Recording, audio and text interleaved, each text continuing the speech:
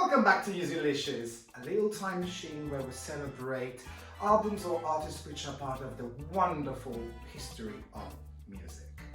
Today's album is a very special one that initiated many young people that maybe had not considered that artist until that moment. And I'm talking about an artist who shook the entire system of music and made some scandals, especially in the early 80s. I'm talking about Madonna and their 9th album, American Life. It's 2003 and Madonna is a happy British wife married to a very famous man, Guy Ritchie, and England is her new home.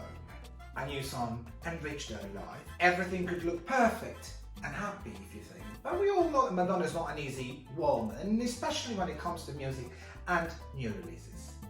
During the recording period, Madonna lashes out to Bush's government against the American materialism and the glossy golden world of the showbiz by composing and producing one of the most intimate and controversial albums since Erotica in 1992.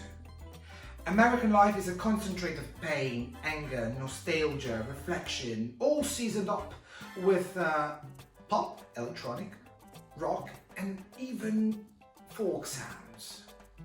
This record had the longest production time of her entire career. Just think that it took over a year and a half to be finished. American Life had a very sad destiny. It was published at the same time of the outbreak of the war in Iraq. Now, if on a personal side this was a good thing for Madonna because she decided to withdraw the video of the soundtrack as a form of respect for the soldiers that left America to go to war, on a sales perspective the album was a complete disaster. But there's a but. Her fans actually consider this album to be one of the most intimate and greatest works of all times. To pump up the sales, many songs were extracted from the album to be sold as singles. And I'm talking about, for example, Hollywood, Nothing Fails, Love Profusion. But to be honest to you, it was a disaster anyway, because it only sold 5 million copies worldwide.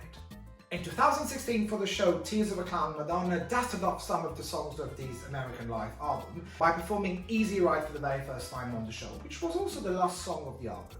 American Life is a little gem that has remained almost unknown to the public eye and often mistreated by some of the fans.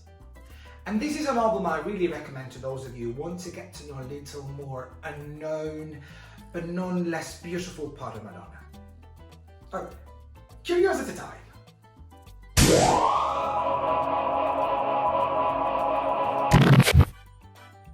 Why was the album called American Life? In an interview with Larry King in 2002, Madonna said that at the beginning she wanted to give the album a Hebrew name, and the name selected was Ein Sof, which means there is no end. But as the months passed by and the album became more of a meditation on the difficulty of having a spiritual life in the glamorous industry, basically Madonna decided that she wanted to change the name and she went for something like Hollywood.